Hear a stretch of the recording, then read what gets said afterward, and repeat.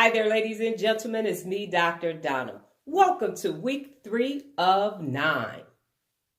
Last week I read What Money Can't Buy. Here's what I have for you. The biggest question in the book is, are there things that money shouldn't buy? The author gave plenty of examples of when people made purchases and if it was moral or immoral. Was it an economic choice? Was it good for America? Was it good for other countries? And the book went back and forth. And the basic premise is that if you have enough money, you can buy anything. And if you have 2 willing participants, then that should be okay. The moral question is, where is the line? Where can you purchase something that crosses a moral line? Is it in purchasing organs? Is it in purchasing children? Is it in purchasing advertising in schools and on billboards and everywhere you go? There are ads and ads and ads and ads. Where is the line? And the author said at the beginning of the book, the purpose of the book was to invoke a conversation about the divide between the wealthy and the not wealthy. And that at some point, we as human beings will get so isolated by this divide of the have and the have-nots that we will miss out on all of these human connections. So we need to start talking about it. Now, to a certain point, I do agree with that. But as a real leader, it's all about taking action. And that simply isn't enough. So here is, in addition to what the author said, my recommendation. A lot of the things that he had in the book, I had experiences with. On the poor side, on the wealthier side, in big business and small business, when it comes to politics, I have been in those rooms. And I thought to myself as I was reading through the book, and I had similar experiences, I said, well, how did I get in those rooms? How did Dee Dee from the D2024 Glendale between 12th and 14th end up in a skybox, end up in rooms with elected officials, with presidential candidates doing town hall events? How did I end up in the room with celebrities, A-list celebrities? And it came to me as clear as day because of the book that I read last week, Mindset.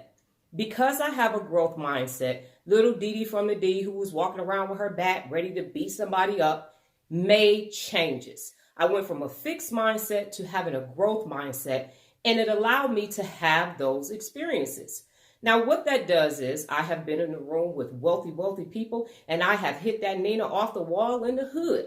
And what it has done for me is it has given me those experiences, and it allows me to be relatable. And in that instance, it allows me to have empathy. It allows me to hold people accountable. It allows me the ability to give people perspective. And that's the missing component in this book. You have to have a growth mindset. Because if you just have the conversation and you tell all the rich people they're wrong and they need to donate all their money, that's a fixed mindset. If you tell people that are not rich, you just pull yourself up by the bootstraps and if I did it, you can do it too, that's a fixed mindset. A growth mindset says, you know what? I might be from Glendale between 12th and 14th, but I'm going to be something else. I'm going to have different experiences. I'm going to act in movies. I'm going to be in commercials. I'm going to become Dr. Donna and have book challenges, even though I couldn't read when I was 8, 9, and 10, up until my college years. So the solution is having a growth mindset. Because when people have a fixed mindset, you're not going to change your mind. And it's not so much about what money can't buy. It's that when people have money, they make people with a fixed mindset and they have money, they make people that don't have as much money feel bad. Well, I'm better than you. I'm superior than you because I have money and you don't. But a growth mindset says, hey, I'm willing to come to the cookout and I'm willing to come to the 8-course meal and all points in between.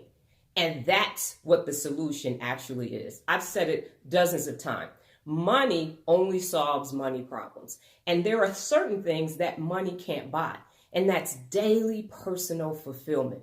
That's the experience. That's the learning and changing and growing. And that can only occur with a growth mindset.